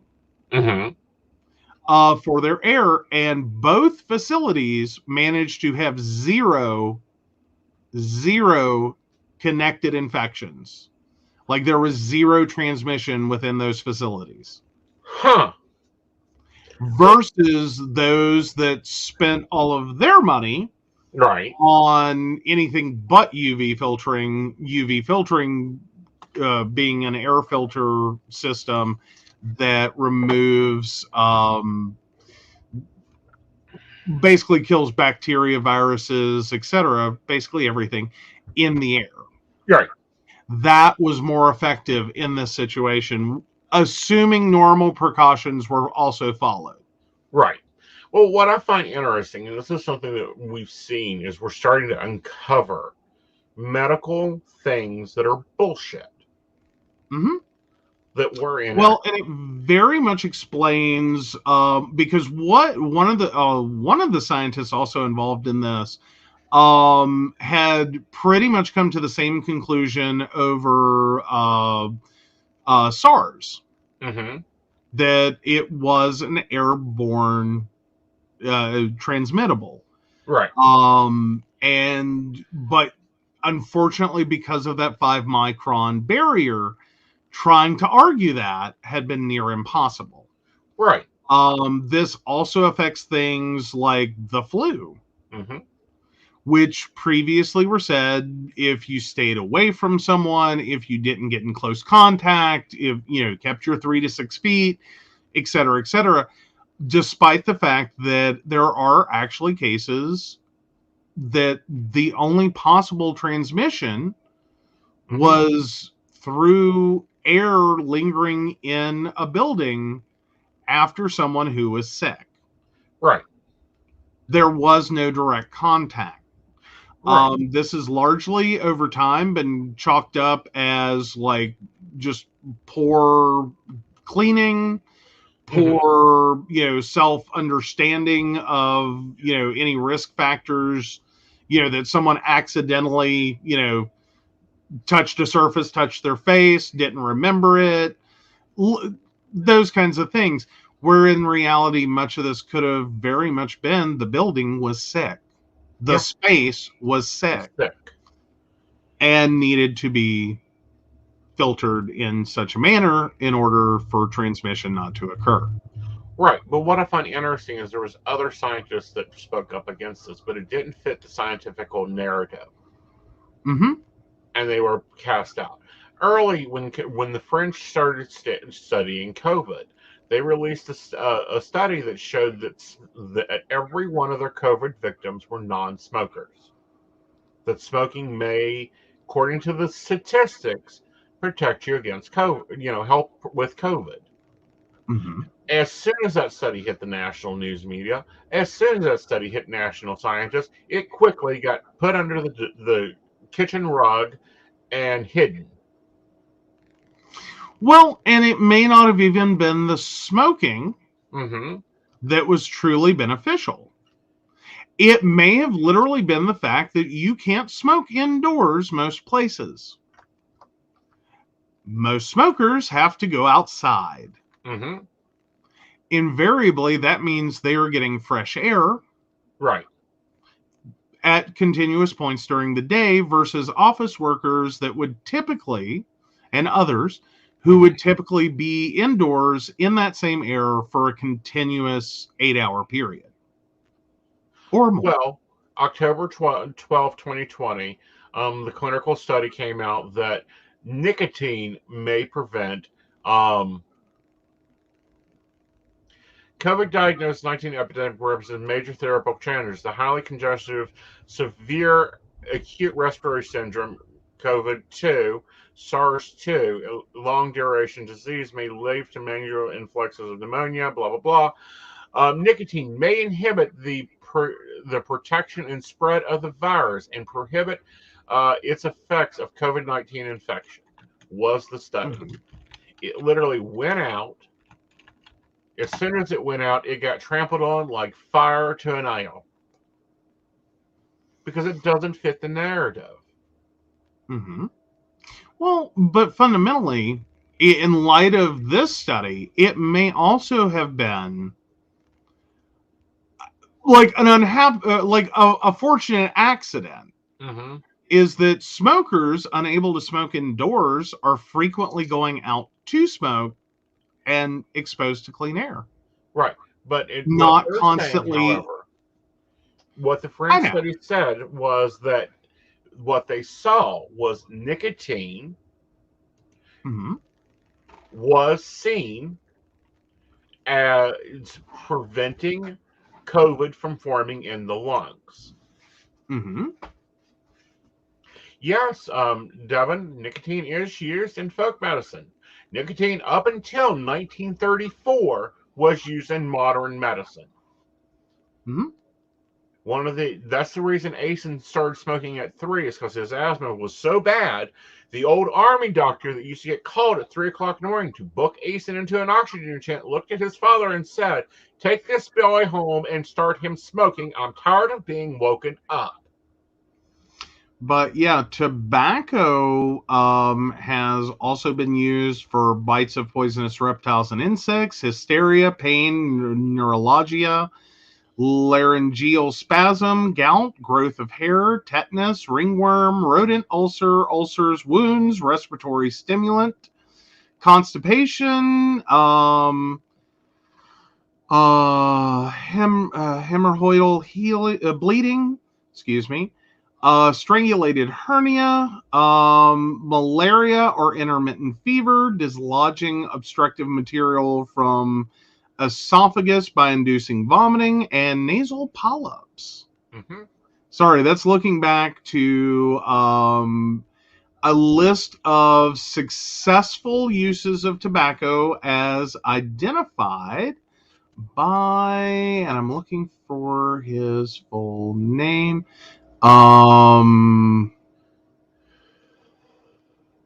Oh, and I can't find it. The doctor involved in this, his last name is Stewart. Yeah. So yeah, Now, that was in the 19th century. right. 20th century, the therapeutic, and this is a direct quote, even in the 20th century, the therapeutic use of tobacco did not completely lapse. For example, in 1924, a salve made of burned tobacco leaves mixed with lanolin was said to be a desiccant, stimulant, and antiseptic for oh, I never can pronounce this word. Pruritus, Hmm. ringworm, athlete's foot, superficial ulcers and wounds. It was also said to be good as a metal polish. Yes. And also, if you happen to have bad teeth and you got an abscess tooth, tobacco chewing will actually help the abscess. So yeah, there's a long, pharmacology use of tobacco and nicotine. Yes. Um, again, I wouldn't say go try it I will. inherently. I mean, talk with your doctor, make good choices. We're not doctors, we're not giving you medical advice, but it does have a long sordid history. And not all of those are bad. All right. Devin says, I smoke when I'm stressed so real bad, and it does help me drop It a. helps with constipation. Yeah. But no, smoking is connected to a lot of different things. But, the modern story to that and the key to it is three different instances in American history. First, we have Germans needing to pay for World War II,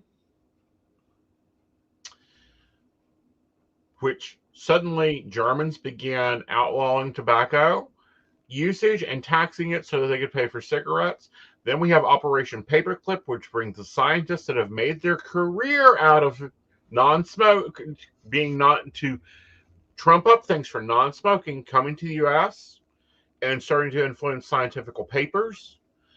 And then the Americans needing something to tax, so they tax tobacco. There is a long history of vice taxing. Yes. We do love taxing our vices. Yes. All right. So let's swipe and go to our good news story.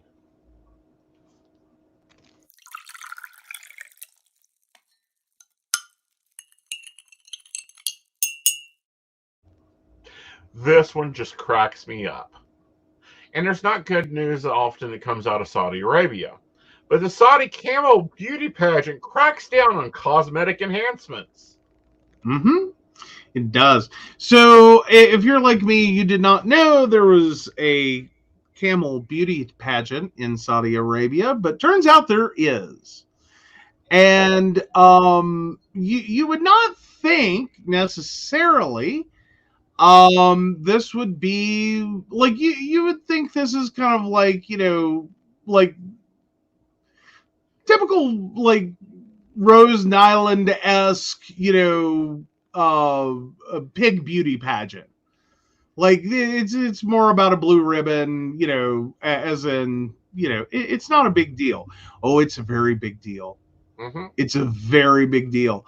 So yeah, the beauty pageant is the highlight of the Camel Festival, and there is $66 million in prize money at stake, which quickly lets you understand how cosmetically enhancing your camel could become a problem. That's a lot of prize money. There's a lot of prize money. So yeah. Yeah. Judges are now using advanced technology to uncover tampering with camels on a scale not seen before, the state-run Saudi press agency reported. All contestants, the camels, were first led into a hall where their external appearance and movements were examined by specialists, it said. Their heads, necks, and torsos were then scanned with X-ray and 3D ultrasound machines, and samples were taken for genetic analysis and other tests. That's a lot. Yeah, so 27 contestants in the cup alone were disqualified for having stretched body parts, and 16 were ejected for having received injections. So yeah. Key attributes include long, doppeln lips, big noses, and sharply humps. The organizers of the pageant, the Camel Club, were cited by saying that they were keen to halt all acts of tampering and distribution in the beautification of the camels, and promising to impose strict penalties for the manipulators. Mm-hmm. But no, so they go on to apparently officials described how Botox was injected into camels' lips, noses, jaws, and other parts of their heads to relax muscles. Collagen fillers were used to make their lips and noses bigger, and hormones were given to boost muscle growth. Rubber bands were also used on animals to make body parts bigger than normal by restricting the flow of blood.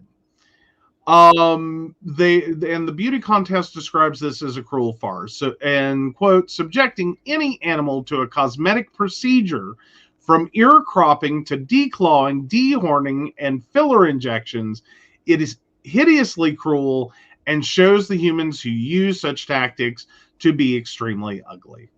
Right. Mr. Baker said animal welfare issues needed to be addressed throughout the Middle East and Asia, and called on Saudi authorities to crack down on any events that expose or abuse animals. Some 33,000 camel owners from as far as the US, Russia, and France are participating in the King's Camel Fest, which is the largest in the world and lasts 40 days and 40 nights. 40 days. Many as 100,000 tourists are expected daily at the 32 square kilometer, 12 kilometer flare site, and 100,000 miles, 62 miles northeast of Saudi capital. Yes. So, I'm horrified that it's the biggest one in the world, meaning there are others. Yes. Like, I didn't know this was a thing, but 33,000 camel owners? Uh-huh. And I'm sorry, there are camel owners in the U.S.? Yeah. What the hell? Well, we have wild camels also. What? Yes. We have wild camels in the Southwest. How the hell did that happen? Well, see, there was a little thing called the Civil War, and there was a small problem with one of the main power sources of the Civil War, namely horses.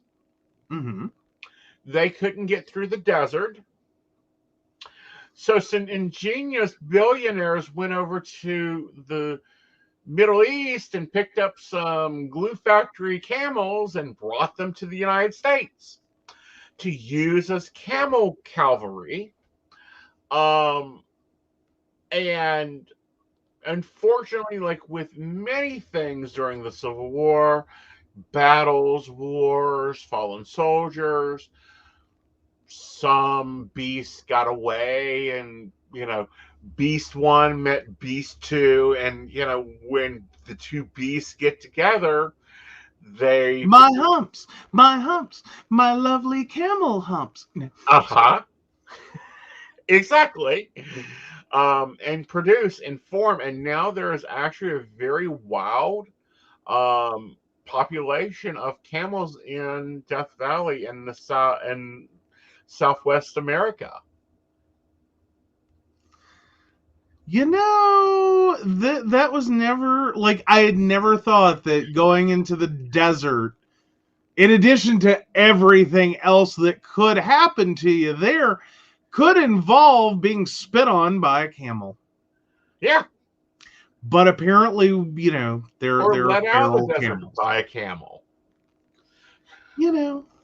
So Florida now has wild pythons. Southwest now has wild camels.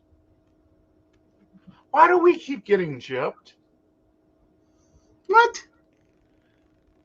Where are the Appalachians? We should have, like, I don't know, dragons from Europe. We have Mothman. Yeah, that's debatable. He's been all over the We have some cryptoids. It's cool. We have cryptoids. It's cool. Yes. It's cool. We have insane asylums that are flipping nuts. Well, we some always haunted have houses. asylums. Yeah. Yeah, that I think should be rebuilt. Well, it would help. But no, it just feels like Camel Cigarettes is looking for a new spokes camel. Like, I'm just looking at the pictures, and it's like, it feels like Camel Cigarettes is looking for a new spokes camel. No, he cannot have a dragon. Brenda, how nice of you to bring back my need, especially in the winter, since I'm a... No. And now we do have lovely weird nature. The sheer amount of bamboo and kudzu that has been transplanted to the U.S. and specifically in West Virginia. Uh-huh. Like, there's a lot. We screwed up.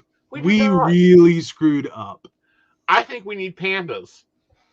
I think Appalachia should import pandas. No. Yes. I think they're adorable. No. I do not want the state animal of West Virginia becoming something that eats, shoots, and leaves. Hey, it would clear up forest deforestation. No, he doesn't need it. This is how we end up homeless for Christmas. That's how that works out. If you're going to respond to a comment, you have to read the comments. Okay, but Joe, it's going to be snow and ice soon. He needs it. Yes. No, he doesn't. You have Like, to read the I'm not first sure I'm part going to of let him it. smoke much longer if he keeps, like dropping cigarettes in bed. I don't drop cigarettes in bed. Oh, really? Really? Shall we get the sheets and enter them as Exhibit A? Darling, Yes. if you enter Exhibit A, I'll exhibit B from last week. What? Hey, we have to have legal evidence here of equal footing. What? What did I do? I didn't light anything on fire. Uh-huh. Anyway, Brenda said Aeson needs a dragon since Joe won't let him have a flamethrower to take care of the weeds and to take care of the ice and snow problem. It's quick and easy. He won't slide on the steps. It won't even be wet when I'm done. There's so many things I can use a flamethrower for, including taking care of door-to-door salesmen. But we digress. Yeah, whatever. Add it to the list of things that make me horrible. Like, I won't let him have scalpels. I will not let him have an anesthesiology machine. I will not let him have a respirator. I will not allow him to have a, IV pump. Who needs an IV pump? Yeah, I can gravity drip it. I want it the old way. Yeah, no. No. It would eat problems also. Ooh, this is something I haven't thought of. Yeah, Blue Ridge Mountains Game of Thrones. That's exactly what this will become, yes. I am all for me raising a dragon. You see how well I do with our other animals. Uh-huh. Yeah. Yeah. No. Still no. No. Like, plus, what good is a dragon that, like, you put in charge of guarding treasure and they just roll over for everyone to pat their belly? I wasn't going to put them in charge of guarding treasure. I was going to put them in charge of removing yellow noise boxes from my front yard. And if the luck you have with animals, they'll end up giving them back rides. At least I won't have buses going through my house at 8:30 and at 5:38 every morning. Oh, no. And it would And save no, on we're gas. not. I could use it to fly to the grocery store, to see my mother, take my mother to doctor's appointments. You are not getting a witch's Escalade.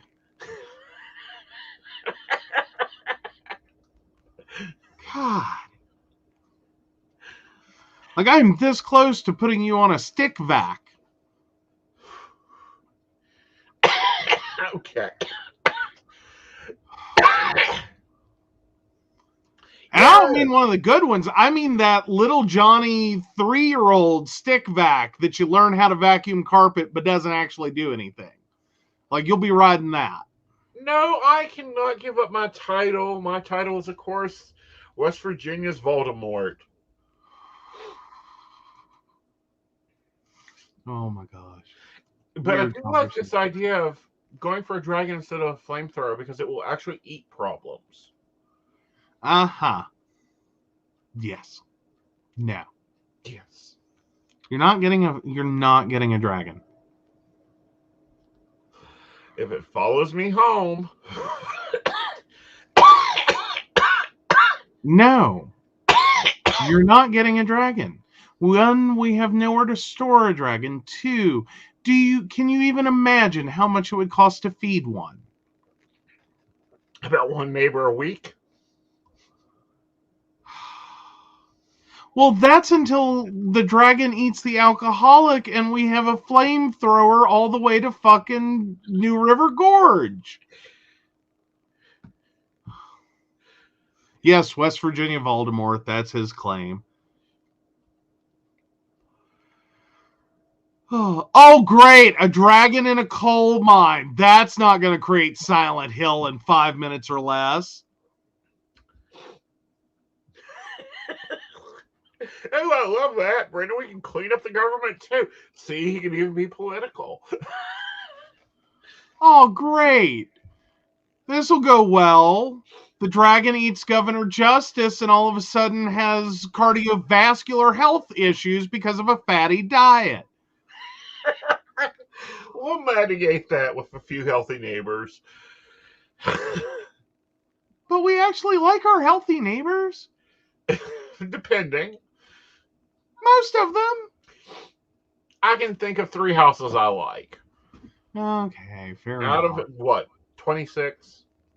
Not to mention, like, you think Mountaineer Gas Company doesn't like us already. Fuck, you move a dragon into their backyard, oh, they're gonna be pissed. Oh, there'll be dinner. Oh, but I'm saying, though. We could save on heating cost. Uh-huh. And trash disposal. What? You're not feeding the dragon trash. No. There are permitting requirements for this. We can get them. No, that's a public burn, or that's a burn on your property. You still have to get go through all the shit to make that happen. And I personally don't want to have to be calling the non-emergency number for the police, the fire department, to let them know that our dragon will be burning trash in the backyard between this point and this point. It'll be fine. No. I'm worried, I'm worried about the expense. Plus, I just think I'm sorry, I didn't know there was a fucking problem with camels being Botox till this evening. I feel bad for the camels. That's just inappropriate. I still think all camels are hideous, but I don't think any of them deserve Botox or filler or collagen or rubber banding. I have no interest in camels. I don't find them pretty. They're quite useful animals. Well, I can understand they're useful animals. I'm just saying. Can I have a camel? No. You cannot have a camel. Okay. You cannot have a dragon. You cannot have a camel. You cannot have a flamethrower. You cannot have scalpels. You cannot perform emergency surgery while driving. You cannot, Who would perform emergency surgery while driving? That's on the side of the road. You would perform this. Only a tracheotomy, and that's real easy. It's a 3/4 of an inch cut below the Adam's apple and an insert of a pit. No. Not while driving. Jesus. No, I'm no fun. God. Dottie, can you guess what we found in the attic? It's something that you are going to get as soon as we see each other. Oh, he would, Mary. He would have a scalpel or 2 or 20 or 30. I keep saying no. You keep saying I cannot order the new ones. Oh, you're not getting used ones. I don't have used ones. I have old ones. No, not a crystal ball. Joe, will you get that thing? The gift for Dottie. Silver box. Square. On the table. You were playing with it. Oh! Yeah. Let me pop.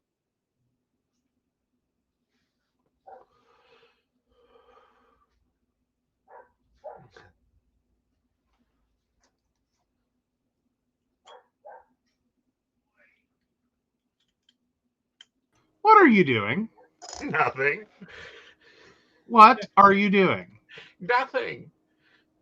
Yes, you are. You're doing things. Anyway. Flip it around. Dottie, do you see what that is, darling? God. There we go.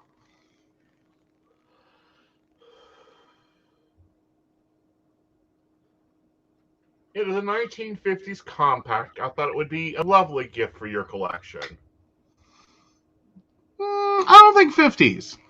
When do you think? 80s, 90s. 80s, 90s. I thought it would be lovely for your collection, darling.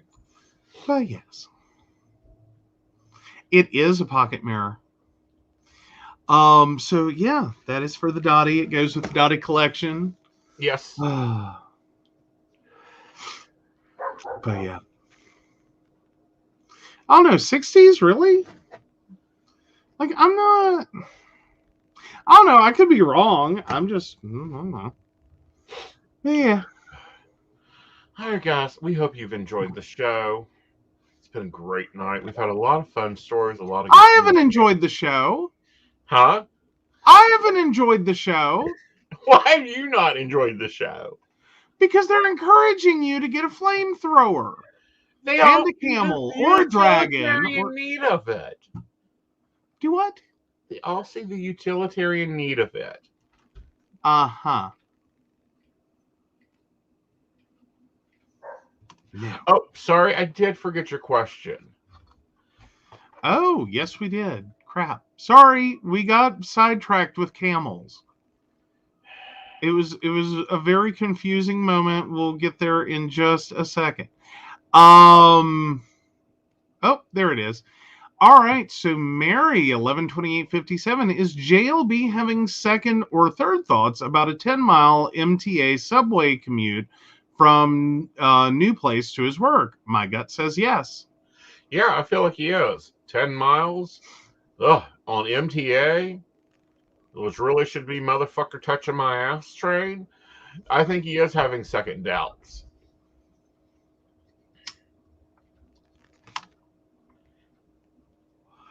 I don't know. Like 10, let's see, what, 10 miles? So that's only like, what, an hour? Or 2? That's if it's one train?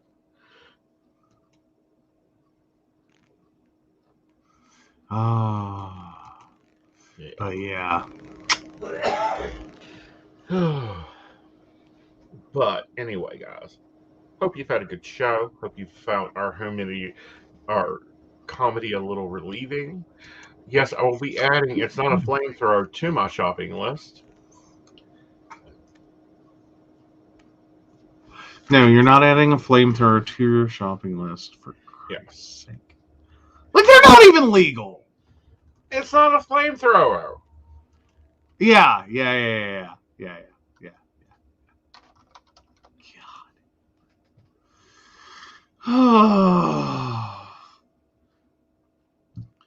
Dragons in Sophia, West Virginia. Oh my God.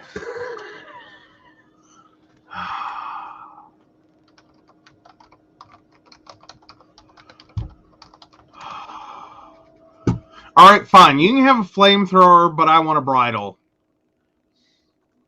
Okay. Not talking about for the dragon.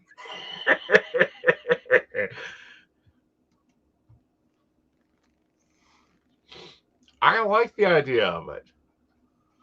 Oh. See, compromise. Yeah. Alrighty. Honey, if you want to explore horseplay, that's not a problem. Not what I mean. Wow, it's really cheap.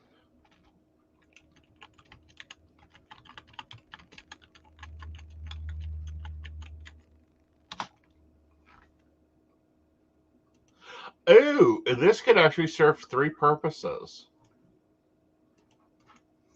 What? The flamethrower? Well, because if I get a flamethrower, then I have to get a tank for it. It's actually really cheap. The Red Dragon at 400 BTUs. No, not My Little Pony either. No, I just sent him the link to what I mean. I'm talking about the 18th century Scold's Bridle. He gets a flamethrower, I get a Scold's Bridle for when he fucks up with it. Okay, great. That means you have to work. Hey. I like that. I've thought about owning one of those for a while now, by the way.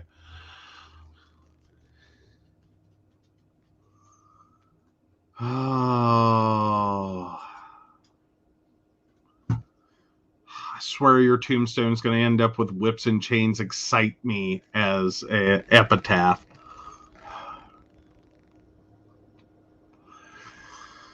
Oh, hi, Mary. Why? Okay, help me understand something. What? I'm looking at the Boring Company's website. The Boring Company's website for the not a flamethrower? Yeah. Okay. On Amazon.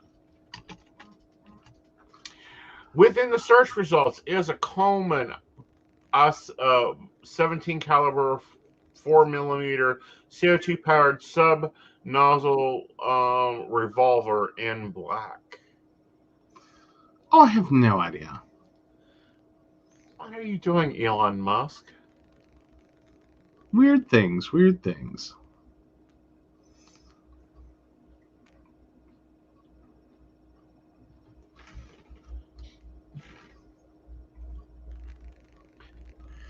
Anywho. Anywho, guys. Oh, Oh, good God. we It's been hope a show, you know? tonight. Let's flip over and thank the people that make this show possible and entertain me immensely. Well, of course, we want to thank Beverly Walker, Mika G, Kathy, Mary Winfield, Brenda Bryant, Ashley Guest, Shannon C, Shannon D, the ever wonderful Lady Gwendolyn, and Charles Shaw. If you'd like to support the show or find out about more about us or how you too can become a Patreon and receive all the wonderful barista benefits, please visit us at PCSPnetwork.com. And again, we will see you Tuesday night with more entertaining information. We hope you enjoy. And always check out our daily videos on the YouTube channel you're watching. Remember to like, share, and subscribe. And if you're watching us on Facebook, please make sure to at least give us a like. You can share it out if you like. And it's always important to us and everything else. If you're listening from somewhere else, make sure that you add us to your favorites so you can get updates to us all the time. Favorite, subscribe, get notifications. It's wonderful. Yes. This is the calm before the storm. You know what's coming, so be warned. You can't stop me now.